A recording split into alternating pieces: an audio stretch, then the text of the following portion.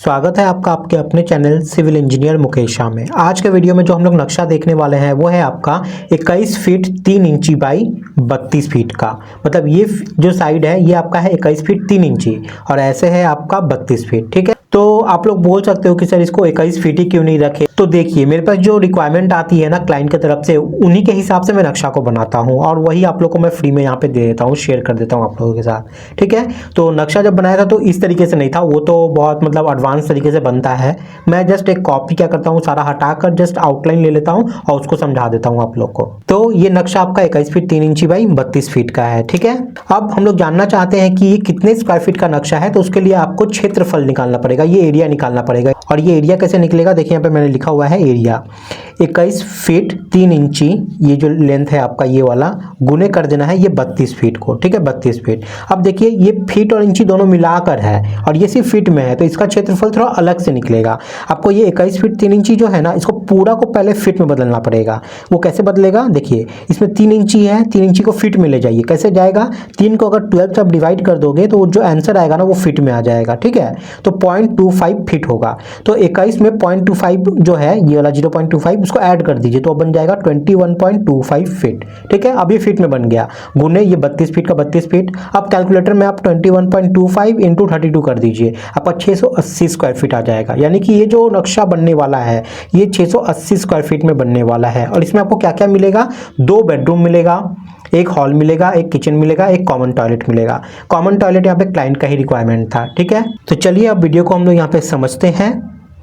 Video start करने से पहले एक छोटा सा डिस्क्लेमर दे दूं, ये नक्शा जो है ये मेरे क्लाइंट के हिसाब से बना है। आपकी रिक्वायरमेंट कुछ अलग हो सकती है तो आप अपने हिसाब से इसमें चेंज कर लीजिएगा। खिड़की का, वेंटिलेशन का मैंने कुछ भी यहाँ पे नहीं दिखाया है, वो अपने प्लॉट के हिसाब से कि आपके दाएं बाएं क्या रोड है, क्या घर है, किसी का घर पर जाएगा तो खिड़की नहीं डाल पाओगे, उस हिसाब से आप चेंज कर लेना अपना। ठीक है, चलिए वीडियो को स्टार्ट करते हैं। सबसे पहले हम लोग दिशा देखते हैं, यहाँ पे कौन सा साइड, पूरब, पश्चिम, उत्तर, दक्षिण ये सब है। तो देख लो, ये आपका ईस्ट है, पूरब, ये वेस्ट, पश्चिम, ये आपका नॉर्थ, उत्तर, ये साउथ आपका दक्षिण हो गया। तो हम लोग बोल सकते हैं कि ये जो नक्शा है ये आपका नॉर्थ फेसिंग है। ठीक है, नॉर्थ दिशा से हम अपने घर में घुसने वाले हैं। तो चलिए नॉर्थ दिशा से हम अपने घर के अंदर यहाँ पे गृह प्रवेश करते हैं। जैसे आप घुसते हो आपको एक यहाँ पे लॉबी मिल जाता है, 4 फीट 7 इंची चौड़ा। ये जो आप देख रहे हो चौड़ाई, ये 4 फीट 7 इंची है लॉबी का। और इसको आप टेम्प्रोरी पर्पज के लिए रात को अपना साइकिल हो गया, बाइक हो गया, स्कूटी हो गया, उसको खड़ा करने के लिए भी यूज कर सकते हो। ठीक है, तो ये आपका एक लॉबी हो गया। अब लॉबी से होते हुए जैसे आप अंदर घुसते हो ना, आपको एक हॉल मिलता है। और हॉल का साइज क्या है यहाँ पे, 13 फीट 8 इंची बाई 10 फीट 4 इंची का।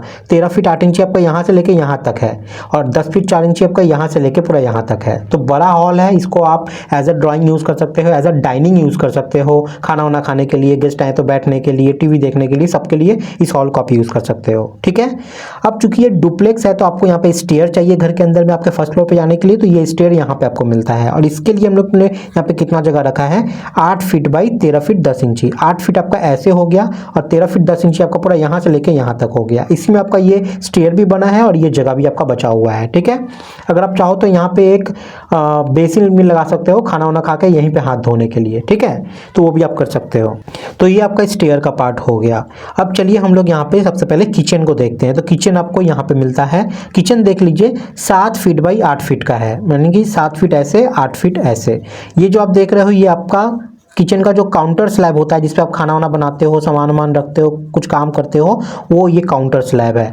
और ये आपको इस दिशा में बनाना है। ठीक है, आप चाहो तो ये दिशा नहीं भी बना सकते हो, सिर्फ ये दिशा भी बना सकते हो, इतना में भी आपका चल जाएगा। लेकिन आप चाहते हो घेरना तो वो आपके ऊपर है, आप कर सकते हो। फ्रिज व्रिज रखना है तो पूरा मत करवाइएगा वरना थोड़ा दिक्कत हो जाएगा यहाँ पे। ठीक है, तो ये ईस्ट है मेरा, तो यहाँ पे आपको ओवन को रखना है। ठीक है, ये ओवन आप इस दिशा में रखिएगा, ईस्ट की तरफ में, पूरब की तरफ में, तो ये वास्तु के हिसाब से अच्छा होता है। तो ये हो गया हमारा किचन। अब चलिए हम लोग चलते हैं बेडरूम को देख लेते हैं।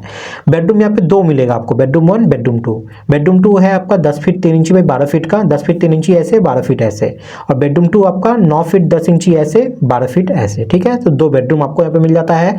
टॉयलेट यहाँ पे एक ही है, क्लाइंट का रिक्वायरमेंट एक ही था, उनको कोई भी अटैच टॉयलेट एक्स्ट्रा नहीं चाहिए था और ना ही उनको 2 टॉयलेट चाहिए था। तो ये कॉमन टॉयलेट है आपका।